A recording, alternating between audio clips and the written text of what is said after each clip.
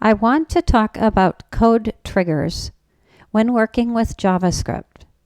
And when we are working in JavaScript within a PDF form, and this is really no different if you're working on the web as well, JavaScript is waiting for events to happen.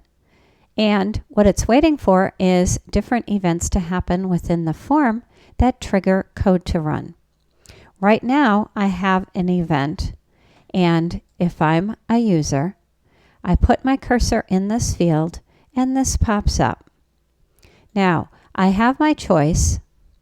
If I go out to the button, I have my choice of what to choose as a trigger. Right now, the mouse up event is acting as the trigger. What I'm going to do is go out and edit this, and I'll copy this code, delete it from here.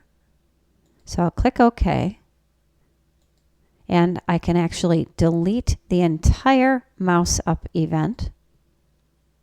What I'm going to do instead is use the on focus event. I'm going to run a JavaScript, click Add. It pops up the JavaScript area. I'll paste my code in and click OK. Now let's close that out, go back to the hand, and see if it makes any difference. So I had it as a mouse up event. So when I put the cursor in, the code popped up. Now notice you can't even see my cursor right now in the field. So my alert worked just fine. I go over here, I come back, it pops up the message. So in this specific example, for this form field, I have the mouse up event or the on focus event. And sometimes you do have the option to choose one event over another. Now let me change that one more time, and I'll select this again. My on focus, I should still have this on my clipboard. I'm going to delete run a JavaScript, and what I'm going to do is change it to on blur.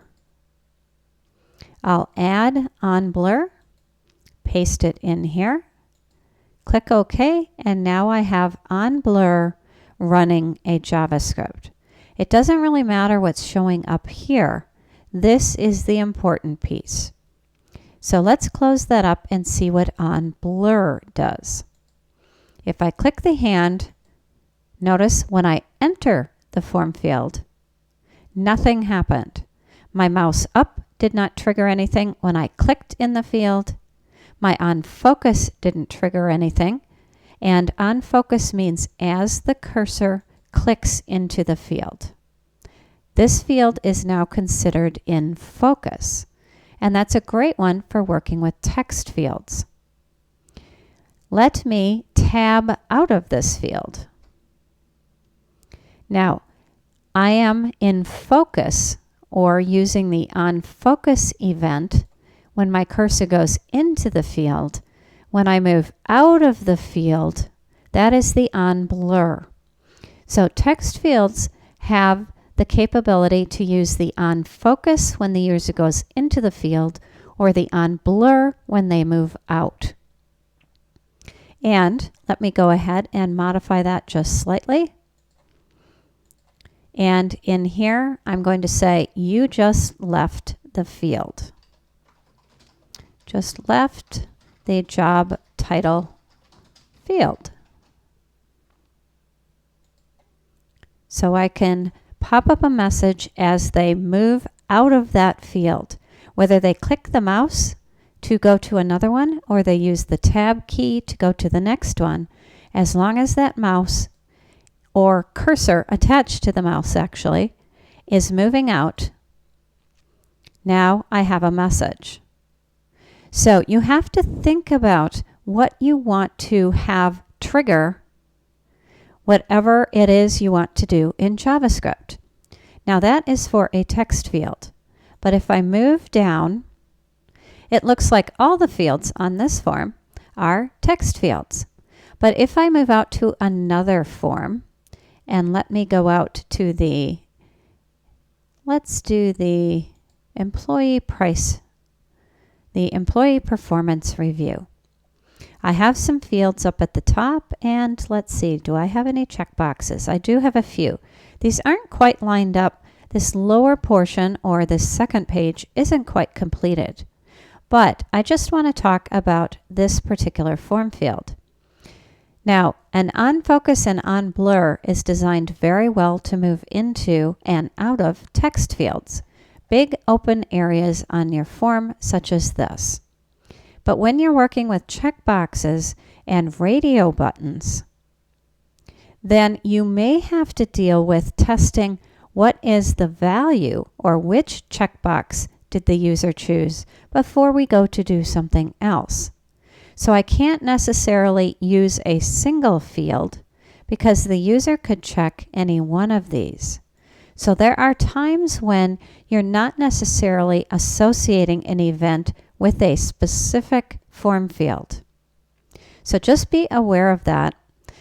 Every form field has all of those actions built into them to run a JavaScript, but there are times when you're going to be working outside of a specific form field. And these are all individual form fields. So if I wanted to check which checkbox it is they chose, I would have to try and figure that out using some other type of trigger. And more often than not, you can trigger when the form opens, and this one does not have an actual submit button, but if it did, let's say I have a submit button down here, what I can do is have code triggered based on that button. So if I select a button and add it here as an example, there's my button.